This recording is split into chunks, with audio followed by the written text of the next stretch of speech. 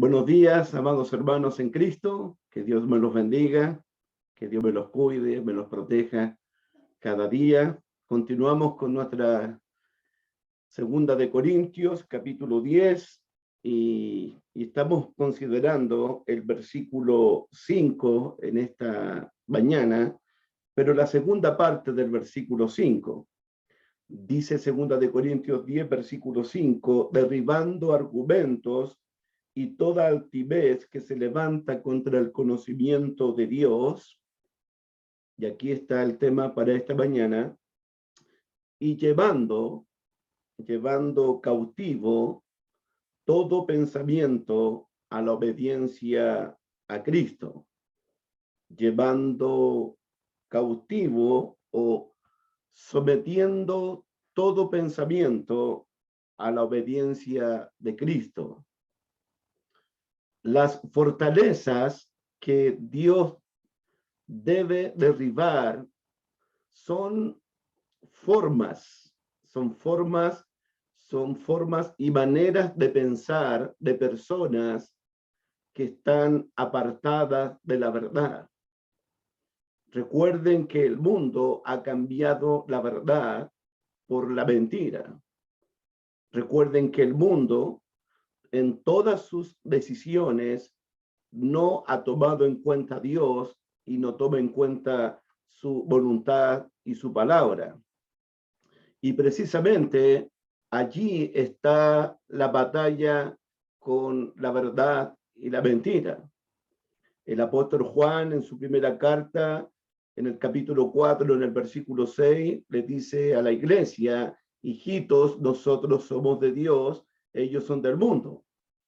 El que es de Dios nos oye, nos escucha, pero el que no es de Dios no nos escucha. Y en esto conocemos el espíritu de verdad y el espíritu del error. Así que tenemos una batalla, una guerra espiritual, pero no es de poder, sino es una guerra espiritual por la verdad. El propósito que Dios tiene en mente aquí en el versículo 5 es destruir, es derribar y es someter, es llevar cautivo todo pensamiento que se levanta contra él. Y la pregunta que vamos a contestar en esta mañana es cómo Dios destruye fortalezas, destruye argumentos que se levantan contra su voluntad, se levantan contra su conocimiento, se levantan contra su persona.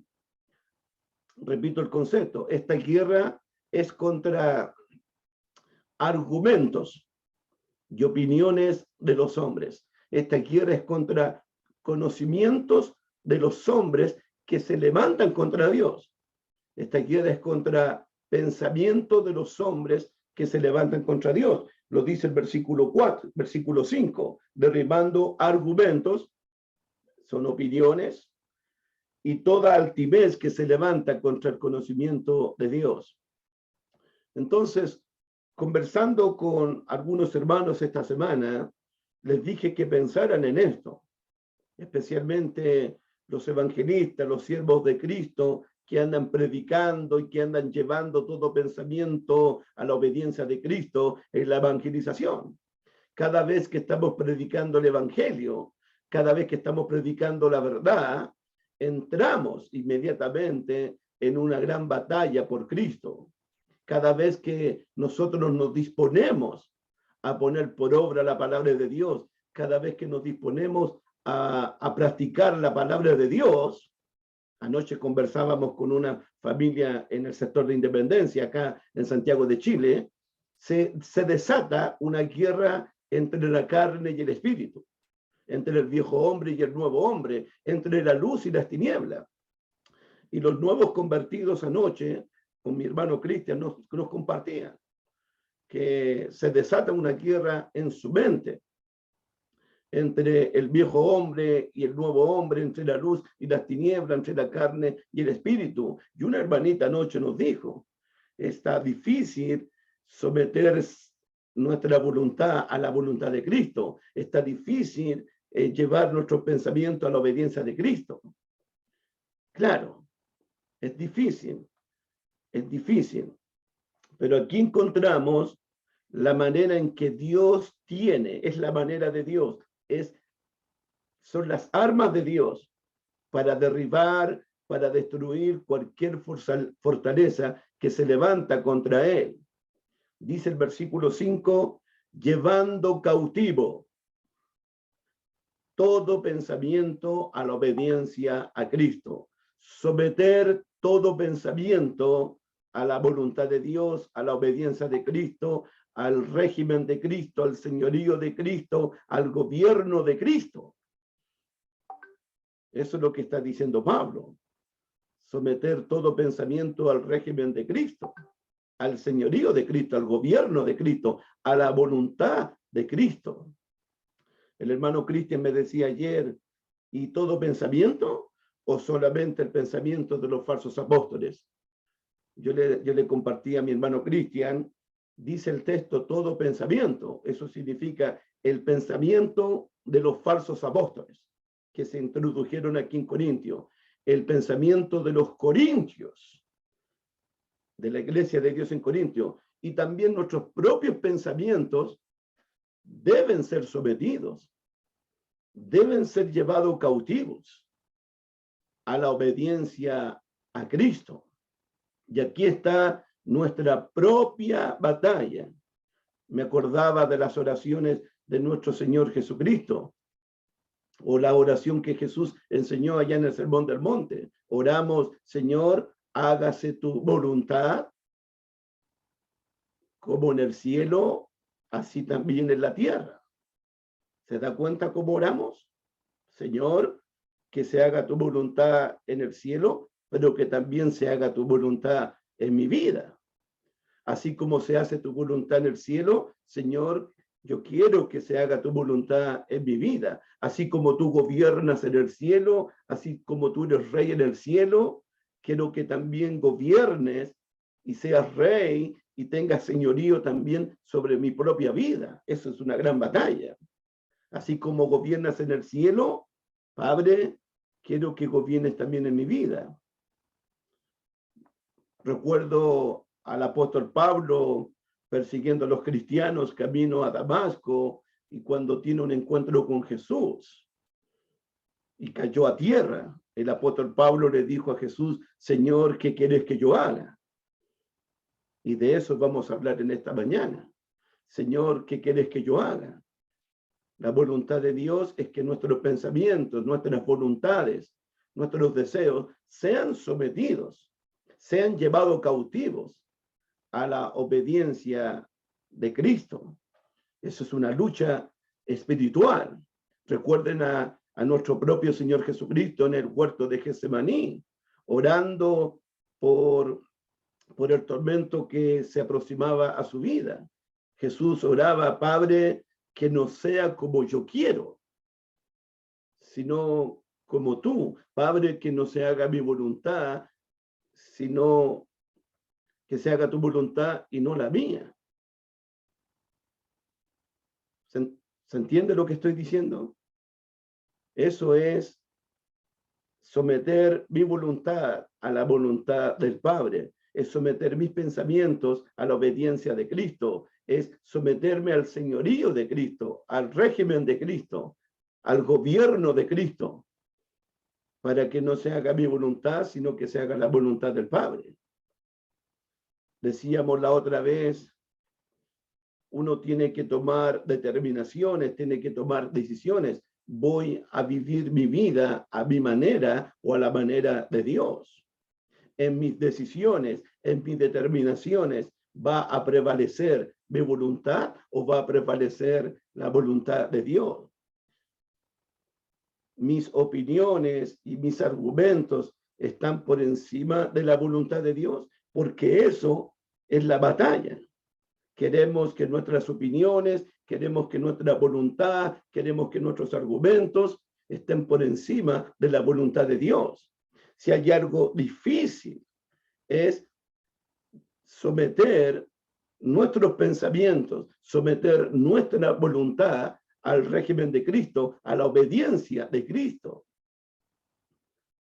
Me recordé en Mateo capítulo 5, Mateo capítulo 15. Miren Mateo capítulo 5, voy a darles un ejemplo.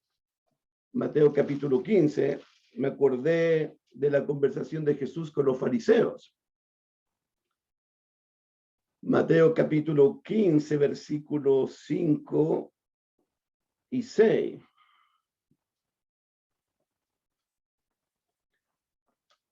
Mateo capítulo 15, primero el versículo 4. Miren la primera oración, por favor. Miren la primera oración. Jesús dice, porque Dios mandó diciendo, quédate ahí, porque Dios mandó diciendo. ¿Y cómo dice el versículo 5? ¿Cómo respondieron ellos? Pero vosotros decís. Ahí está. Dios manda diciendo, honra a tu padre y a tu madre, pero vosotros decís. Es decir, que la voluntad de los fariseos, las opiniones de los fariseos, el deseo de los fariseos prevaleció y estuvo por encima de la voluntad de Dios.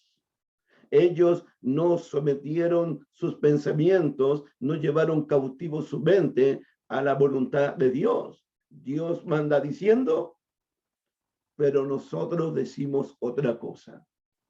Dios ordena esto, pero nosotros decidimos hacer esto otro. Pues Dios mandó diciendo, pero vosotros decís. Recuerdo cuando el profeta Samuel le habló al rey Saúl, estate atento a las palabras de Jehová, ve y destruye a los amalecitas, hazles guerras hasta que los acaben a todos. El rey Saúl dijo amén y preparó al pueblo para ir a la batalla. Y cuando regresaron de la batalla, se saludaron Samuel y el rey Saúl. Y el rey Saúl le dijo a Samuel, he cumplido con la palabra de Jehová, he hecho lo que Dios me ha mandado, he hecho su voluntad. Y el profeta Samuel le dijo, ¿estás seguro que hiciste la voluntad de Dios? ¿Estás seguro que hiciste todo lo que Dios te mandó? ¿Por qué mis oídos oyen el bramido de las vacas y de las ovejas? El pueblo perdonó a las ovejas y perdonó a las vacas para ofrecérselas en sacrificio a Jehová. Y aquí dice el texto bíblico, ahí en Primera de Samuel, capítulo 15, versículo 22. Y Samuel dijo, ¿se complace Jehová tanto los holocaustos y víctimas como que se obedezca a las palabras de Jehová? Ciertamente el obedecer es mejor que los sacrificios y el prestar atención que la grosura de los carneros. Y aquí viene el problema. Aquí viene la dificultad del hombre. Porque como pecado de adivinación es la rebelión y como ídolos, idolatría, la obstinación. Samuel no quiso someter su voluntad a la voluntad de Dios. Samuel no permitió llevar su mente a la obediencia de Dios. Se rebeló contra Dios, se obstinó contra Dios, no quiso someter su vida a la voluntad, al régimen, al señorío de Dios. La rebeldía y la obstinación es un tipo de idolatría que el hombre lleva en su corazón. El hombre no quiere someter su voluntad a la voluntad de Dios. El hombre no quiere llevar el yugo de Cristo en su vida. El hombre no quiere el control de Cristo en su vida. El hombre no quiere el señorío, el gobierno de Dios, el gobierno de Cristo en su vida. Y eso es lo que uno lee en el Salmo capítulo 2. Vean el Salmo capítulo 2, por favor, conmigo. Salmo capítulo 2, versículos 1 al 3. El salmista dice: ¿por qué se amotinan las gentes? ¿Por qué los pueblos piensan cosas vanas? Se levantarán los reyes de la tierra y príncipes consultarán unidos contra Jehová y contra su ungido. Los pueblos, las naciones se levantan contra Jehová y contra su Cristo. ¿Y qué dicen las naciones? ¿Qué dicen los pueblos? ¿Por qué los pueblos se amotinan? ¿Por qué los pueblos son rebeldes? ¿Por qué se quieren levantar contra Dios y contra su ungido? Mira lo que dicen las naciones. Versículo 3. Rompamos sus ligaduras y echemos de nosotros sus cuerdas. Rompamos sus ligaduras. En otras palabras, no queremos el gobierno de Dios. No queremos el señorío de Dios. No queremos saber nada de la voluntad de Dios. No queremos someternos al régimen de Dios. El pueblo de Israel hizo exactamente lo mismo cuando pidieron que Dios les diera un rey como tienen las otras naciones. Y Jehová le dijo a Moisés, a Samuel: no te han desechado a ti, Samuel, sino que me han desechado a mí, para que yo no reine, para que yo no gobierne sobre ellos. Porque la gente no quieren no quieren obedecer a Dios, no quieren someterse a Dios. Nadab y Abiú ofrecieron fuego extraño a su manera y no a la manera de Dios. Usa, el sacerdote, con buena intención quiso detener el arca de Dios a su manera y no a la manera de Dios. El rey Saúl quiso ofrecer sacrificio a su manera y no a la manera de Dios. Ananías y Zafira ofrecieron ofrendas a su manera y no a la manera de Dios. El pensamiento de los falsos maestros en Corintio debe ser llevado prisionero, debe ser llevado cautivo a la obediencia de Cristo. El pensamiento de los inconversos, de los incrédulos, deben ser llevados prisionero a la obediencia de Cristo.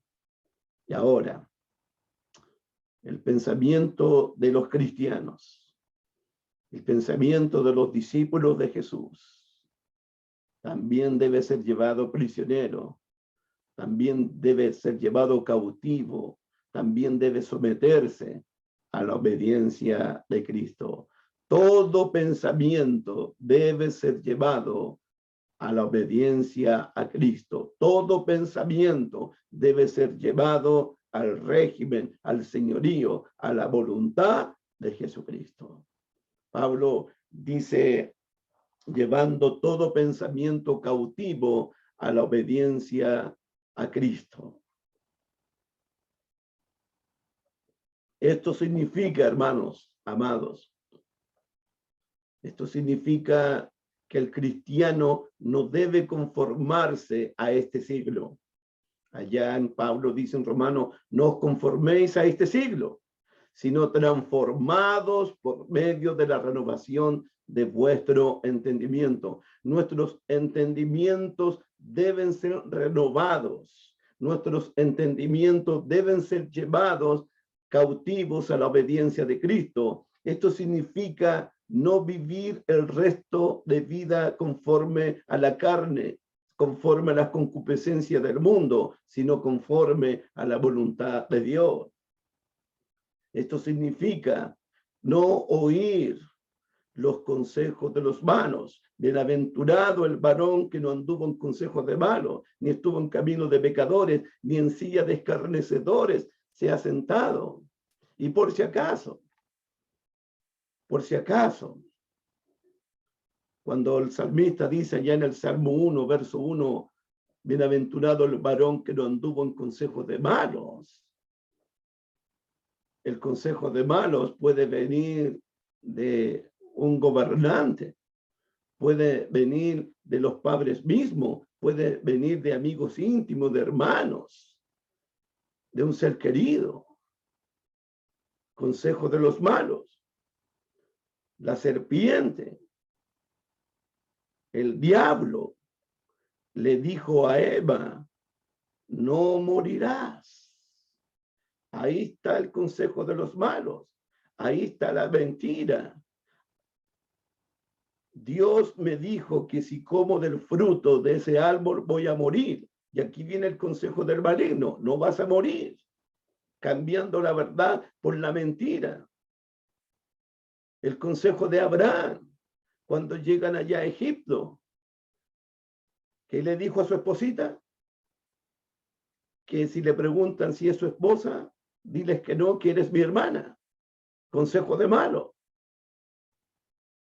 El consejo de Sara a su esposo Abraham.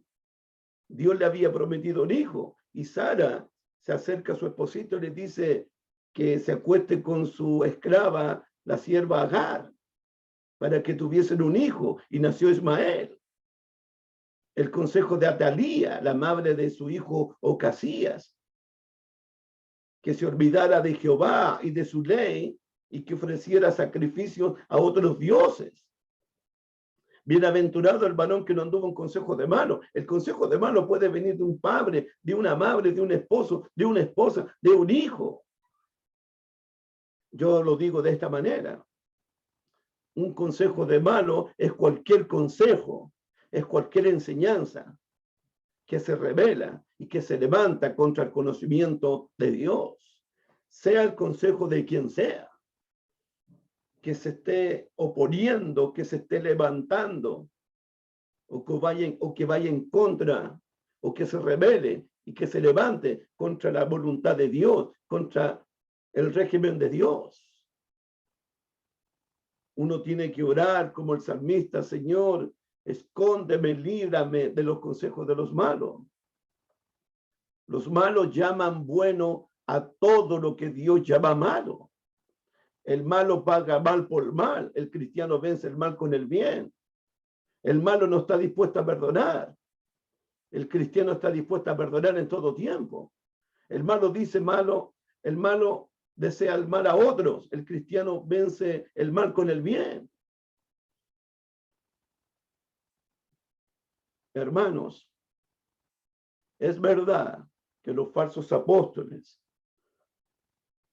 deben llevar sus pensamientos a la obediencia de Cristo. Y es verdad también que la iglesia de Dios en Corintio debe someter sus pensamientos a la obediencia de Cristo. Pero también es verdad que nosotros los cristianos debemos llevar nuestros propios pensamientos a la obediencia de Cristo. Y para eso, el cristiano debe armarse con el mismo pensamiento que se armó Cristo. Miren Primera de Pedro capítulo 4, versículo 1. Primera de Pedro capítulo 1. Dice Primera de Pedro capítulo 4, versículo 1, puesto que Cristo ha padecido por nosotros en la carne, y aquí viene, anota esta frase, por favor. Vosotros también armaos del mismo pensamiento, pues quien ha padecido en la carne, terminó con el pecado. Vosotros también armaos del mismo pensamiento de Cristo. Y aquí quiero detenerme en este momento. La guerra espiritual está en nuestra mente. nosotros los cristianos tenemos que armarnos del mismo pensamiento que tuvo Cristo para vencer el pecado, para vencer las tentaciones. Debemos armarnos del mismo pensamiento, tener la misma actitud, enfrentar la tentación, enfrentar la prueba, enfrentar el error, enfrentar la mentira, enfrentar el engaño, como lo enfrentó nuestro propio Señor Jesucristo. Él es nuestro ejemplo. Las huellas de Él debemos seguir. El ejemplo de Él debemos seguir. Y en este sentido, nosotros nos armamos, nos fortalecemos con el mismo pensamiento que se armó Cristo, que se fortaleció Cristo frente a la mentira, frente al error, frente al engaño. Y tenemos como ejemplo Mateo capítulo 4, por favor. Y ahí nos vamos a quedar un poquito. Mateo capítulo 4. ¿Cómo se armó Cristo? ¿Cómo se armó Cristo? Dice Mateo capítulo, voy a leer primero el capítulo 3, por favor. Voy a leer el capítulo 3 de Mateo. Dice el versículo 16. Y Jesús, después que fue bautizado, subió luego del agua. Y aquí los cielos le fueron abiertos. Y vio al Espíritu de Dios que descendía como paloma y venía sobre él.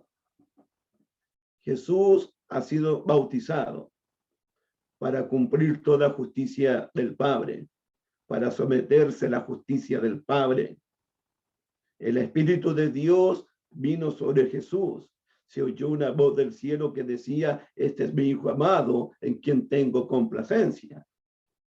Después del bautismo de Jesús, capítulo 4, versículo 1, entonces Jesús fue llevado por el Espíritu al desierto.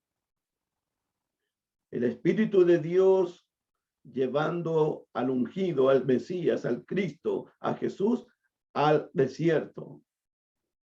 Usted sabe y yo sé que el desierto significa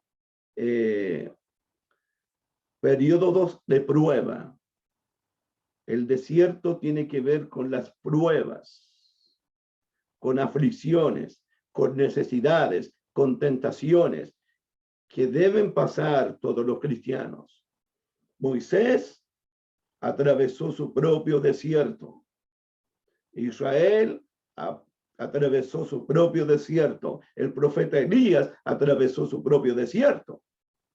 Jesús, antes de comenzar su ministerio, antes de comenzar el anuncio del reino de Dios, antes de comenzar la predicación del evangelio, él tiene que atravesar su propio desierto, su propio periodo de prueba, de tentación. Entonces Jesús fue llevado por el Espíritu al desierto para ser tentado por el diablo. Anoche le decíamos a los hermanitos allá en Independencia, y lo decíamos el jueves también aquí en Santiago, les decíamos que después del bautismo, Jesús fue tentado a pecar, tentado a rebelarse contra Dios, tentado a levantarse contra la voluntad de Dios. Y no solamente después del bautismo, en el ministerio, una y otra vez Jesús es tentado. Satanás quiere hacerlo caer, Satanás quiere atraparlo. Y en la cruz también está siendo tentado nuestro Señor Jesucristo. Si eres hijo de Dios, desciende de la cruz para que creamos. Si confiaste en Dios, dile a Dios que venga a salvarte. Y se reían de él y se burlaban de él. Es decir, que Jesús, después de su bautismo, fue tentado. En su ministerio fue tentado hasta la cruz. Jesús es tentado. Porque el diablo anda como león rugiente buscando a quien devorar, a quien destruir. Dice el texto, versículo 2, y después de haber ayunado 40 días y 40 noches, tuvo hambre. Abro un paréntesis. Abro un paréntesis. Moisés ayunó 40 días y 40 noches. El profeta Elías, ayunando 40 días y 40 noches. Jesús, ayunando 40 días y 40 noches. Creo yo personalmente, es mi creencia y es mi convicción, que hay una práctica en la Biblia que es muy espiritual, que es muy de Dios, pero es una práctica que nosotros, al menos yo no practico, no llevo a poner por obra, que es el ayuno, algo que no predico en los púlpitos, que no enseño en las casas. Y tuve que preguntarme si Moisés ayunó 40 días y 40 noches, sino mi propio Señor Jesucristo ayunó 40 días y 40 noches. ¿Por qué yo no sigo su ejemplo en eso? ¿Por qué no sigo sus pisadas en eso? ¿Por qué no lo imito en eso?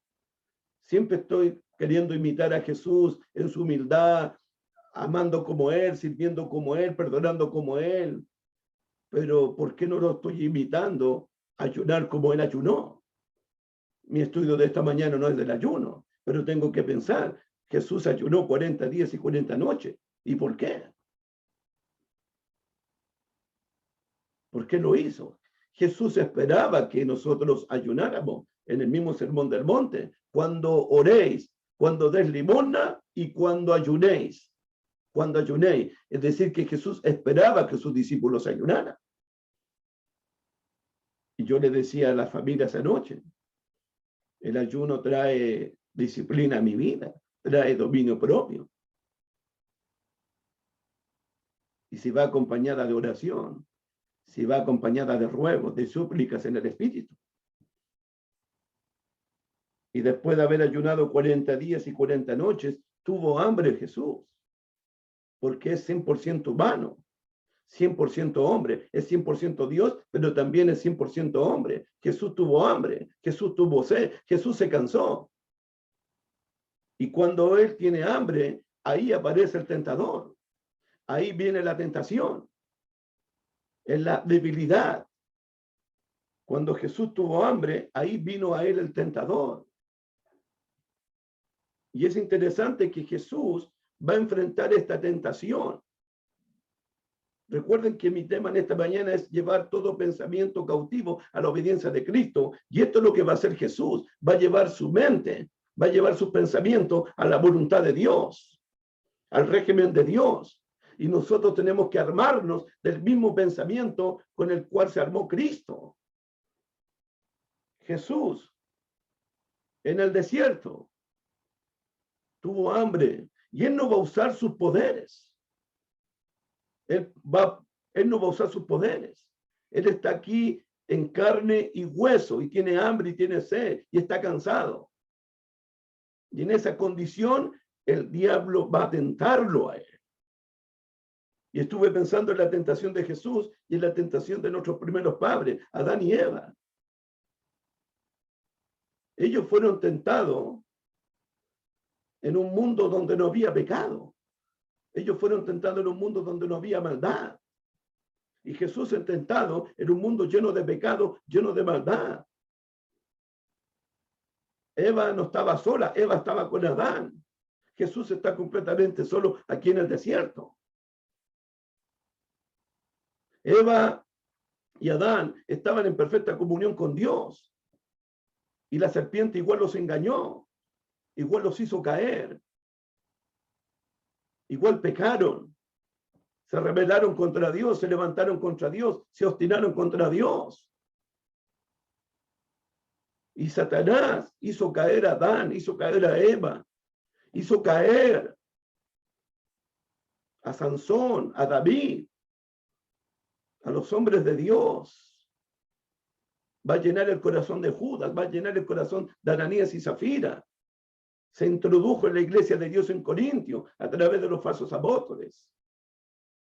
El cristiano tiene que estar preparado para esta batalla.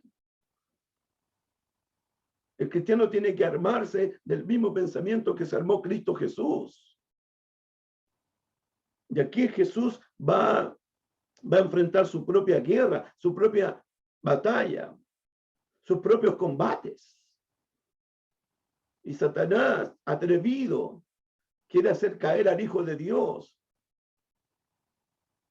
Quiere hacer caer al Hijo de Dios. Versículo 3. Y vino a él el tentador y le dijo, si eres hijo de Dios, si eres hijo de Dios, yo lo diría de esta manera, como eres hijo de Dios, eres hijo del Altísimo. Recuerden que en los evangelios, los demonios reconocen la humanidad de Jesús y la divinidad de Jesús. Jesús de Nazaret, sé que eres hijo del Altísimo, has venido a atormentarnos antes de tiempo. Como eres hijo de Dios, di que estas piedras se conviertan en pan. ¿Tienes hambre?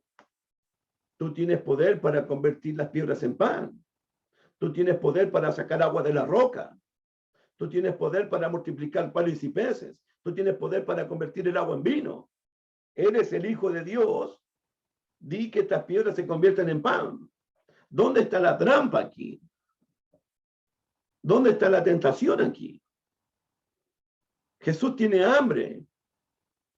Y él sabe que puede convertir las piedras en pan porque eres el Hijo amado de Dios. Porque él es el amado de Dios. Pero Jesús va a llevar su mente a la obediencia de su Padre. Jesús va a armarse del pensamiento de su Padre. Jesús va a someter su mente a la voluntad de la palabra de Dios.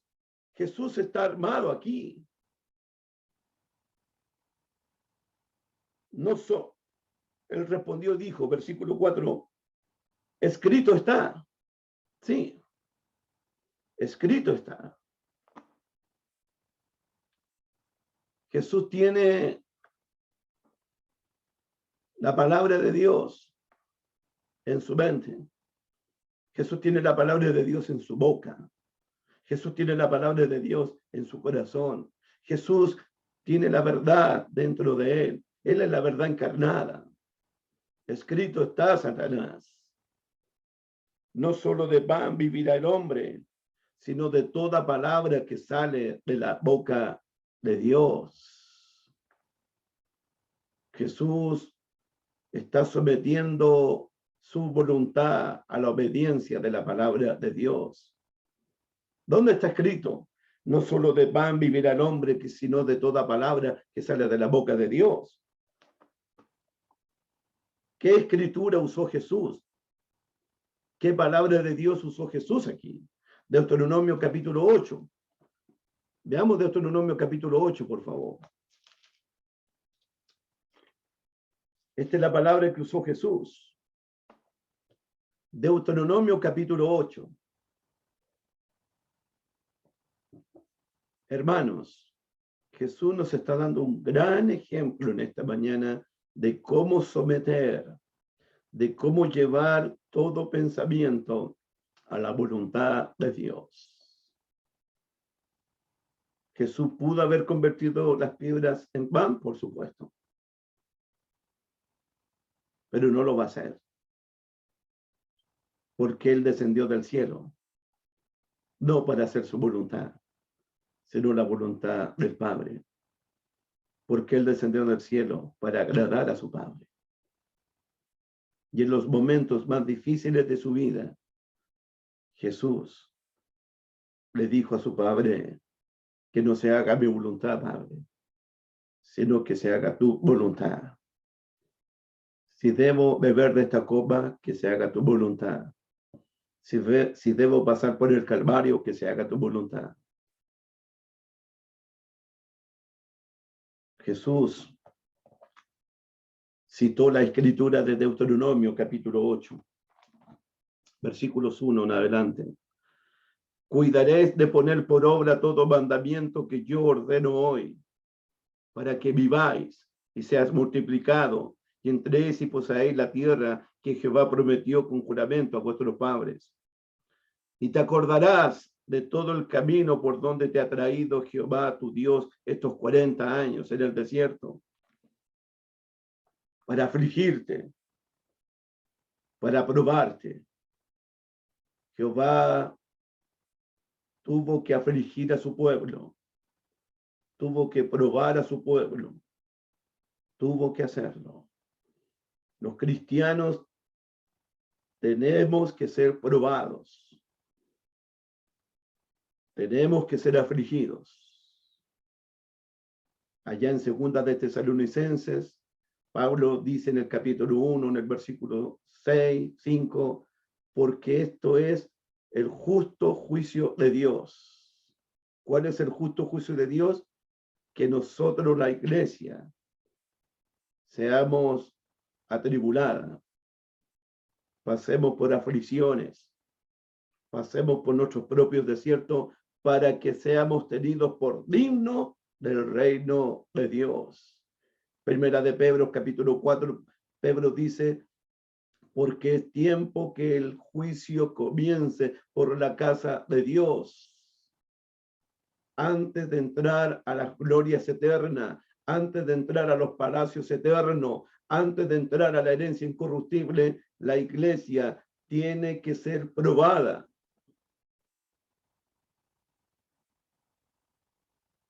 La iglesia tiene que pasar por su propio desierto. Pablo dijo por ahí, cuando lo dejaron casi muerto, es necesario que a través de muchas tribulaciones entremos en el reino de Dios. ¿Y cuál es el propósito de las pruebas? ¿Cuál es el propósito de las aflicciones? Mira el versículo 2. Para afligirte, para probarte, para saber lo que había en tu corazón. Las pruebas revelan lo que hay en nuestro corazón. Las pruebas exponen lo que hay dentro de nosotros. Las pruebas revelan de qué estamos hechos. Las pruebas. Recuerden en la parábola del sembrador. Muchos recibieron la palabra con gozo, con emoción, con alegría, pero al momento de la prueba, por causa de la palabra, tropiezan y se apartan. Entonces las pruebas son necesarias porque revelarán, expondrán, sacarán a la luz lo que hay en nuestro corazón. Si continuamos el versículo 2. Si habías de guardar o no sus mandamientos en el momento de la tentación, en el momento de la prueba,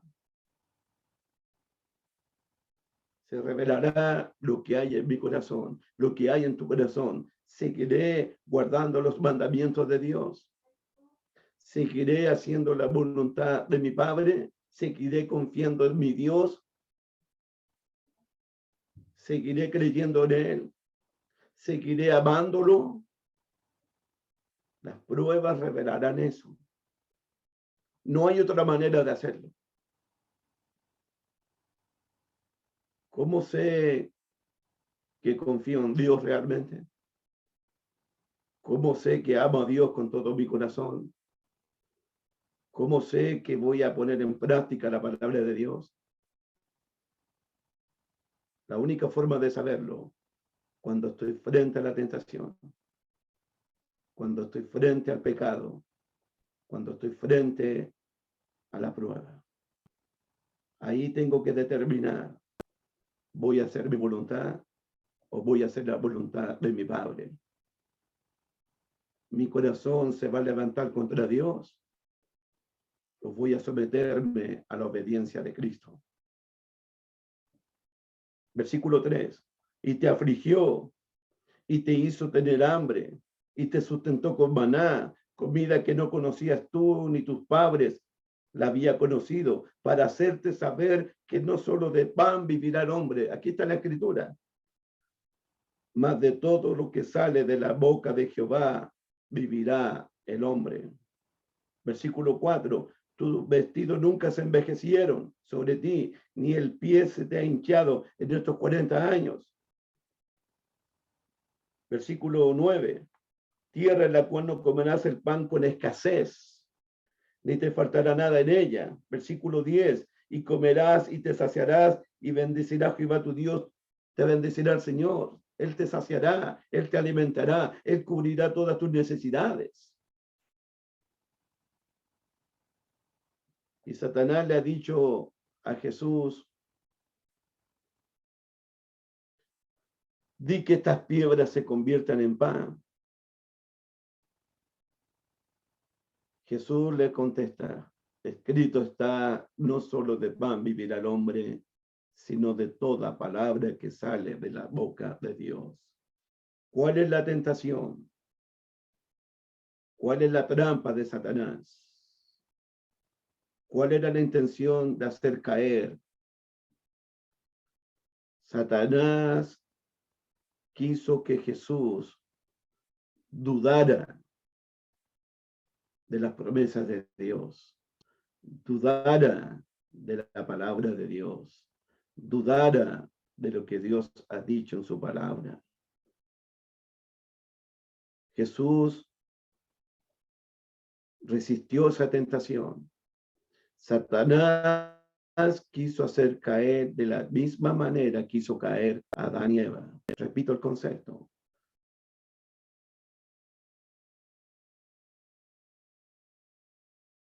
Huerto podremos comer, más del huerto, del árbol de la ciencia del bien y del mal, no comeremos, porque el día que comamos, vamos a morir.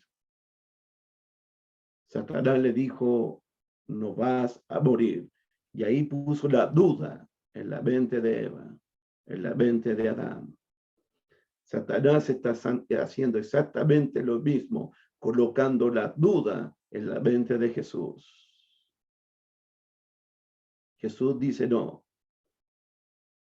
mi Padre va a sustentarme, mi Padre va a cubrir todas mis necesidades, mi Padre va a proveerme, Él es mi sustentador. Él ha prometido que no solo de pan vivirá el hombre, sino de toda palabra que sale de la boca de Dios. Jesús conocía Deuteronomio capítulo 8, donde Dios promete saciarlo, cubrir sus necesidades, que iba a comer todo sin escasez.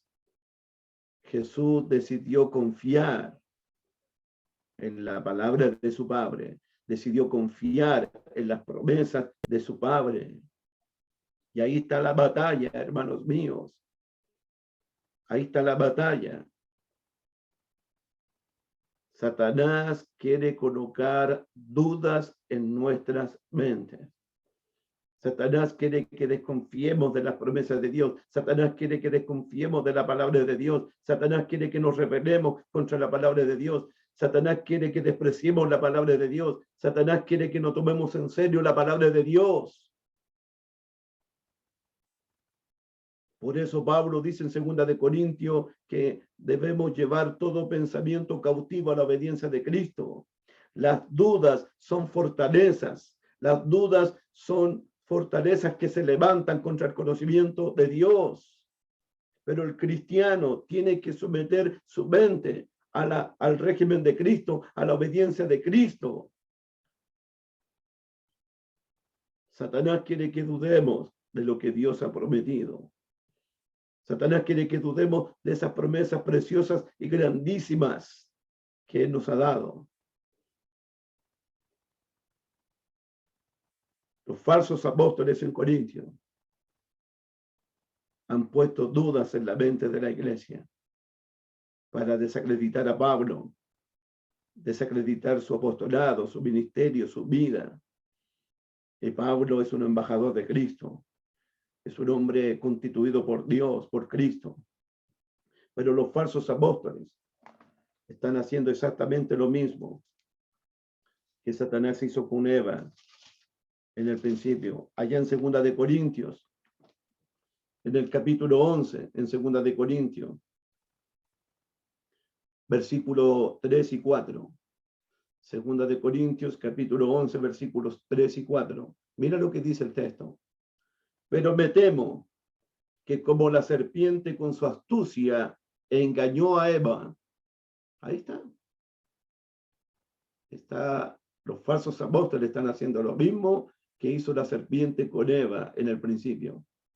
Pero me temo que como la serpiente con su astucia engañó a Eva, vuestros sentidos sean de alguna manera extraviados de la sincera obediencia, de la sinceridad a Cristo.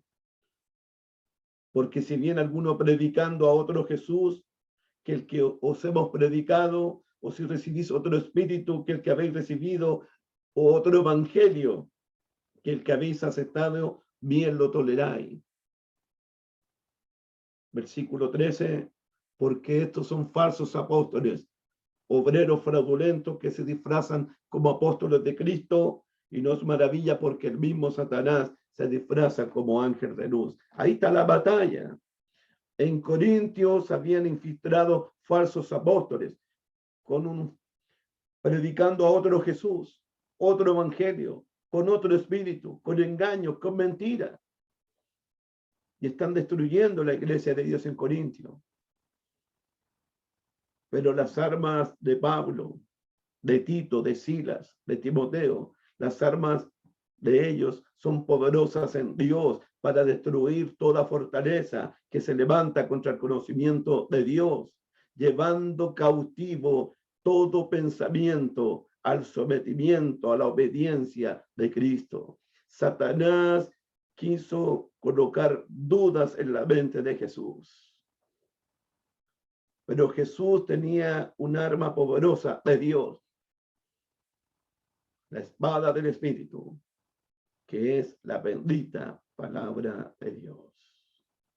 Yo los invito en esta mañana, hermano. Termino con Santiago capítulo 4, por favor. Jesús resistió la tentación. Jesús se sometió a la voluntad de Dios. Jesús se sometió en obediencia a la palabra de Dios. Jesús creyó en las promesas de Dios, en la palabra de su Padre. Santiago capítulo 4, versículo 7, dice lo siguiente.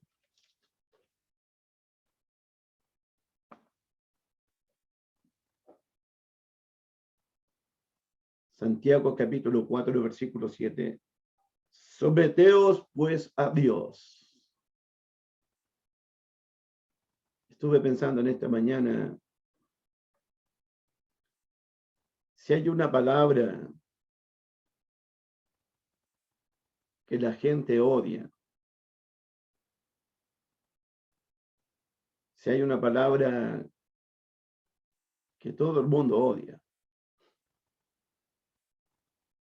que no está en el vocabulario de nadie, es la palabra sometimiento. Satanás no quiso someterse al gobierno de Dios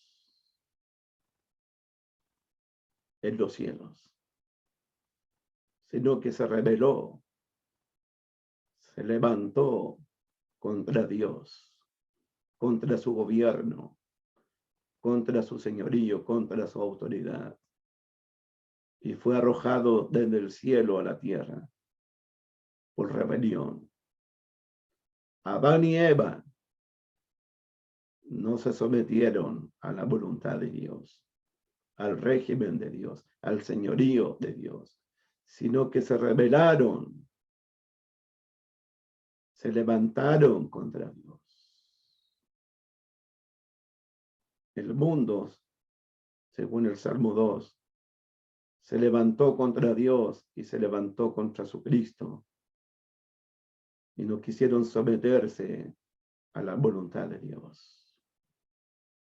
El pueblo de Israel, queremos un rey como tienen las otras naciones. Jehová le dijo a Samuel, no te han desechado a ti, Samuel.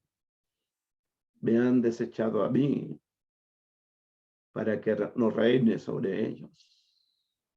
En el tiempo de los jueces, ¿por qué tantas violaciones? ¿Por qué tanta mentira y engaño y corrupción?